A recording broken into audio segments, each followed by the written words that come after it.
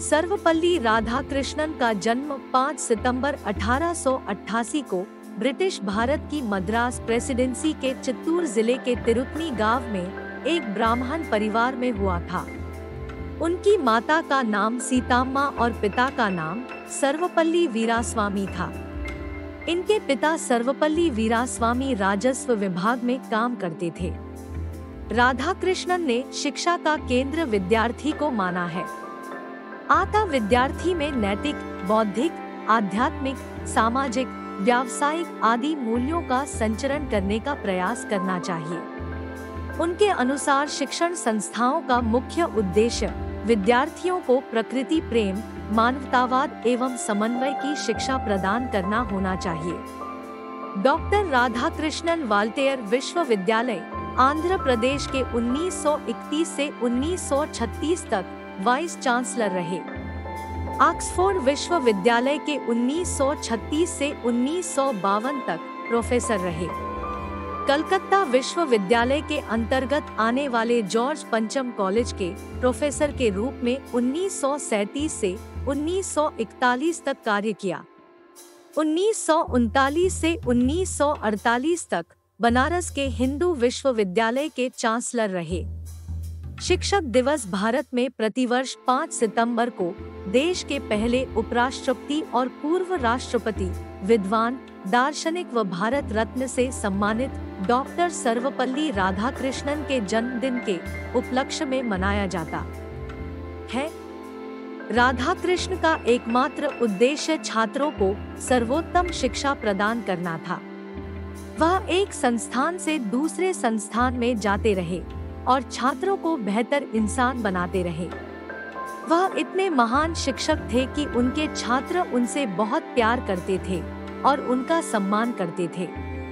आइए सुनते हैं डॉक्टर सर्वपल्ली राधाकृष्णन के कुछ अनमोल विचार जो आपको जीवन जीने में मदद करेंगे। केवल निर्मल मन वाला व्यक्ति ही जीवन के आध्यात्मिक अर्थ को समझ सकता है। स्वयं के साथ ईमानदारी, आध्यात्मिक अखंडता की अनिवार्यता है। उम्र या युवावस्था का कालक्रम से लेना देना नहीं है। हम उतने ही नौजवान या बूढ़े हैं जितना हम महसूस करते हैं। हम अपने बारे में क्या सोचते हैं, यही मायने रखता है। पुस्तकें वो साधन है जिनके माध्यम से हम विभिन्न संस्कृतियों के बीच पुल का निर्माण कर सकते हैं।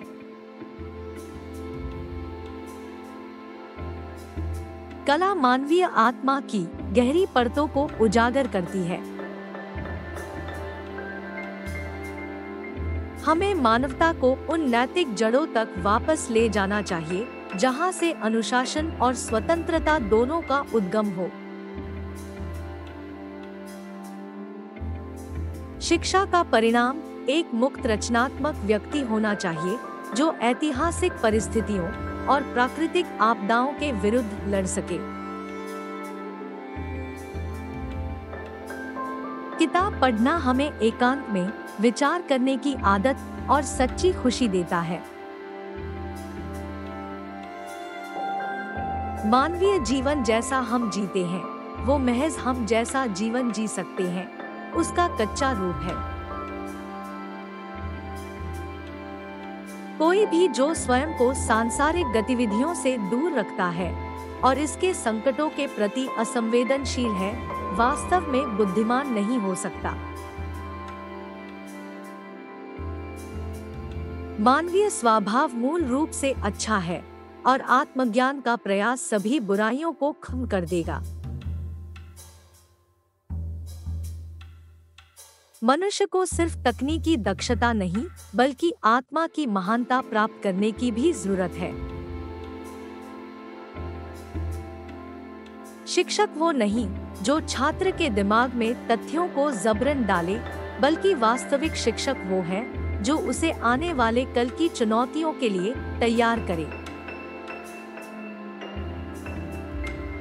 शिक्षा के द्वारा ही मानव मस्तिष्क का सदुपयोग किया जा सकता है। इसलिए विश्व को एक ही इकाई मानकर शिक्षा का प्रबंधन करना चाहिए।